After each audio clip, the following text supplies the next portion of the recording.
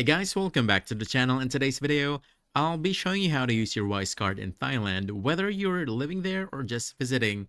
And trust me, it's super easy. So without further ado, let's get started. So if you're from Thailand and you already have a Wise card, here's all you need to do. Just simply get your card details. That's it. The card number, expiration date, and security code. You can then use these details to make online purchases anywhere debit or credit cards are accepted. Just make sure your Wise account is activated and loaded with enough balance, and you're good to go.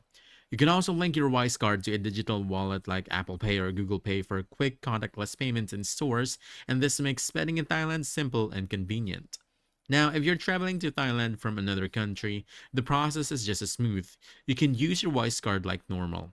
Wise will automatically convert your currency to Thai baht using the best available exchange rate, so you won't have to worry about hidden fees or bad conversion deals. And alternatively, you can open a Thai baht account and Wise. Just click this option. Once you click this, just go to Wise home screen, tap open under your account, and create a new THB balance. You can add money to it manually for even more control over your spending. And basically, that's it. Whether you're local or a traveler, your Wise card makes payments in Thailand effortless and affordable. If you found this helpful, don't forget to hit that like button, subscribe for more quick guides, and I'll see you in the next one. Thanks!